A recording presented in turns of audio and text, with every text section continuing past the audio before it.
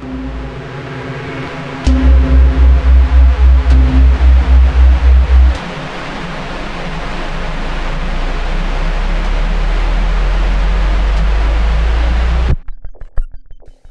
decades, we've been bombarded with something the music world insists on calling a genre, experimental music. And for decades, we've been forced to endure what is, let's be honest, often nothing more than aimless noise, a complete absence of musical intention, and a kind of I swear this is art attitude that has affected every music distributor on the planet. But today, I'm here to tell you something that might irritate a few music academics out there. The experimental music genre should not exist at all.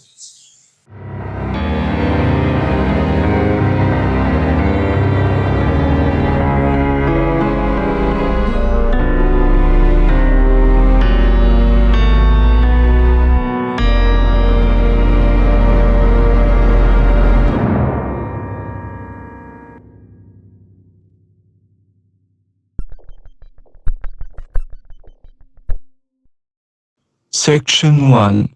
What even is experimental music? Whenever you upload your music to platforms like Spotify, Apple Music, or Bandcamp, you are asked to choose a genre. Now, if you are a musician who likes to experiment, even in small ways, you probably know this pain. Your music doesn't fit into pop, rock, electronic, classical, nothing. So the system pushes you into this catch-all dumpster category, experimental. But here's the problem. Musical experimentation is not a genre, it's a process. It's something every musician does while composing. It happens in the studio with the door open, in the late hours of the night when you are moving blocks around, messing with the sound design, changing structures, breaking your own rules. That is the experimental phase. But once the piece works, once it becomes music, no longer an experiment. It's a finished work. I'm not a scientist publishing half-finished test results. I'm a musician publishing music. Section 2. Why the term doesn't work. The reason the experimental tag bothers me so much is simple. It lumps together two completely different things. One, visionary music that actually works, and two, a nonsense that never should have left the computer's hard drive. Avant-garde already exists as a category. It describes forward-thinking music that breaks conventions but still has intention, emotion, craft, and coherence. So why do we insist on calling everything with a strange time signature or a weird sound experimental? Because it's easier for distributors. That's literally it. That's why you get everything from brilliant modern composition to I dropped a spoon on a microphone being labeled under the same genre.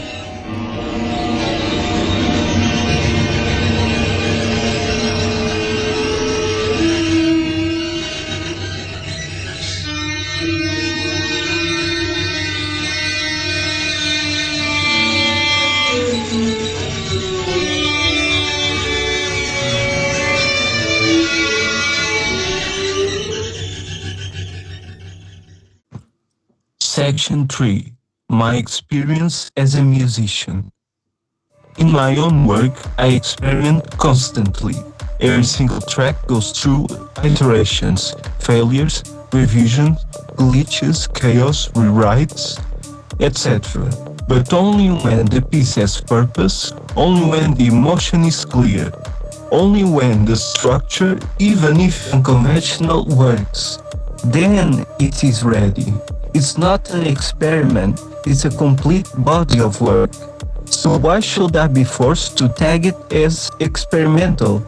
just because it doesn't fit inside nice little boxes distributors want. I'd rather be called anything else: alternative, avant garde, cinematic, atmospheric, dark, whatever, but not experimental, because that word has decades of baggage attached to it. Section 4: The real problem: art forms being devalued. This whole situation reminds me of the modern art world, where a blank canvas with a red dot sells for 900,000, not because it's good, not because it moves you emotionally, not because it changes the landscape of art, but because someone wealthy wants a convenient asset for money laundering. We have stopped rewarding skill. We have started rewarding novelty. Is it good? No one asks that anymore. The only question is it different? And that to me is artistic decay. As an artist, you should respect yourself enough to develop your craft, push your boundaries, and actually create something that resonates with people, not hide behind the label experimental and pretend that that excuses everything. Aim higher, do better, and don't be a charlatan. Outro. So yeah, call me harsh, call me judgmental, call me old-fashioned, but the experimental genre is nonsense, and it's holding back musicians who don't fit the mainstream mold. If you agree, hit like. If you disagree, tell me why I'm wrong in the comments. I'd actually love to debate this. And if you are a musician going through the same frustration, you are not alone. Thanks for watching. See you in the next one.